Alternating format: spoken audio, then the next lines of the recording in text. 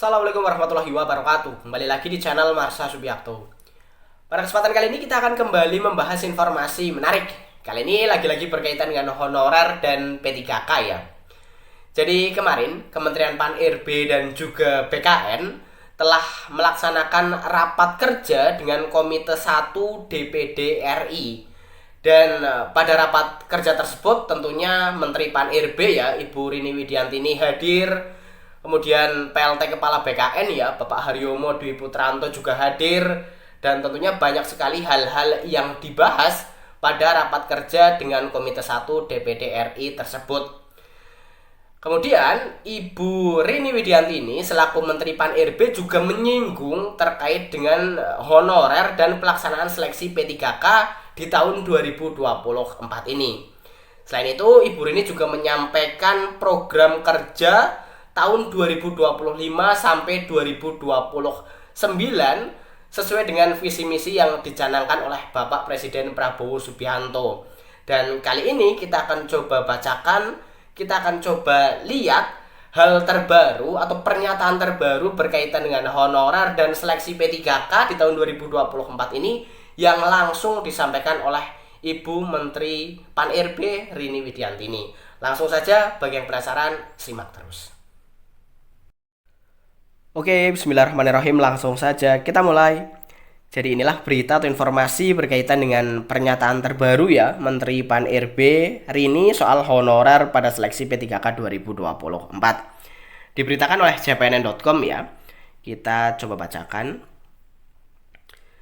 Menteri Pendayagunaan Aparatur Negara dan Reformasi Birokrasi Rini Widiantini menyampaikan pernyataan terbaru mengenai seleksi P3K 2024 saat rapat kerja dengan Komite 1 DPD RI di Senayan, Jakarta, Selasa 3 Desember 2024. Hadir dalam rapat yang dipimpin Ketua Komite 1 DPD RI Andi Sofyan Hasdam, itu antara lain Wakil Ketua DPD RI Gusti Kanjeng Ratu Hemas, PLT Kepala BKN Haryomo Dwi Putranto, para pejabat pimpinan tinggi madya Kementerian Pan-RB dan BKN, serta para anggota Komite 1 DPD RI. Hadir juga Wakil Menpan RB Purwadi Arianto. Rapat membahas terkait isu-isu ASN termasuk penataan tenaga non-ASN atau honorer. Terkait penataan honorer yang masuk dalam database BKN yang telah disepakati sebelumnya oleh pemerintah dan DPR RI sebagaimana amanat Undang-Undang 20/2023 tentang ASN, Rini mengatakan penyelesaian honorer dilakukan lewat mekanisme seleksi pegawai pemerintah dengan perjanjian kerja. Formasi pada seleksi P3K tahun 2024 diberikan 100% untuk tenaga non-ASN atau honorer melalui seleksi CAT dan kelulusan ditentukan berdasarkan peringkat terbaik. Kami sangat berharap dukungan dari segenap pimpinan dan anggota Komite 1 DPD RI untuk keberhasilan pencapaian program kerja kami guna mencapai agenda pembangunan 2025-2029. Ujar ini dikutip dari keterangan resmi Humas Kemenpan RB. Pada kesempatan tersebut, Menteri Rini memaparkan dalam kerangka program kerja Presiden Prabowo Subianto dengan visi bersama Indonesia Maju menuju Indonesia Emas 2045. Terdapat 8 misi Astacita, 17 program prioritas, dan 8 program hasil terbaik cepat atau quick wins.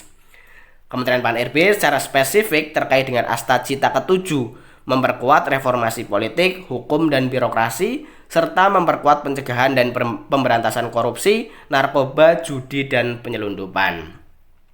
Kami secara kolaboratif sedang menyusun rencana strategis atau Renstra tahun 2025-2029. Kementerian Pan-RB masih memfokuskan pada pelaksanaan reformasi birokrasi yang bertujuan untuk mewujudkan birokrasi yang kapabel dan berkinerja tinggi, ujar Menteri Rini.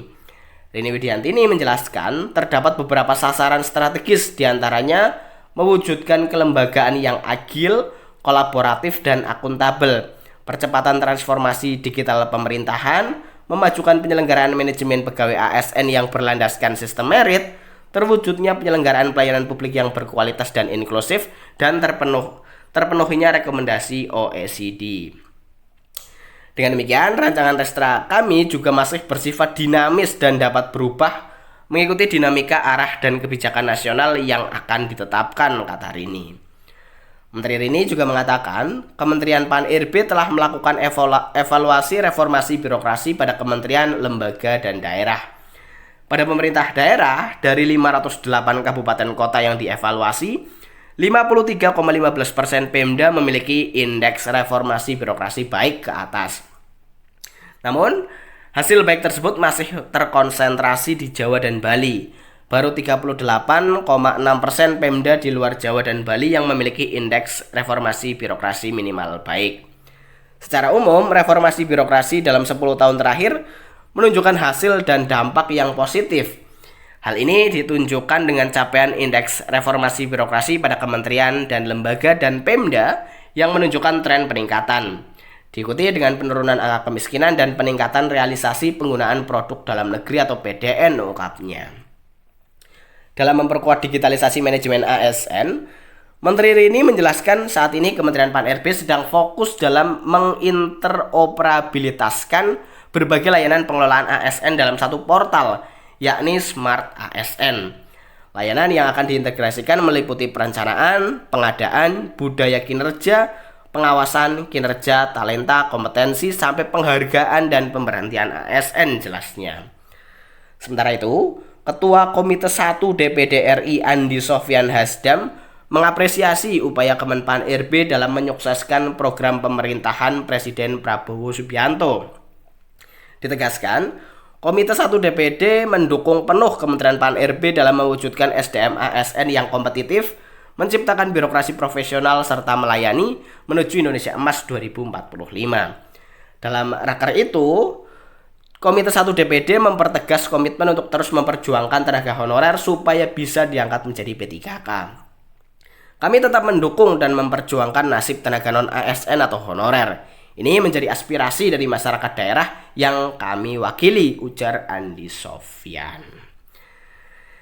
Ya, jadi itulah ya pernyataan terbaru dari Menteri Pan-RB Rini Widianti ini mengenai honorer dan seleksi P3K di tahun 2024 ini. Sebenarnya tidak ada yang baru gitu ya.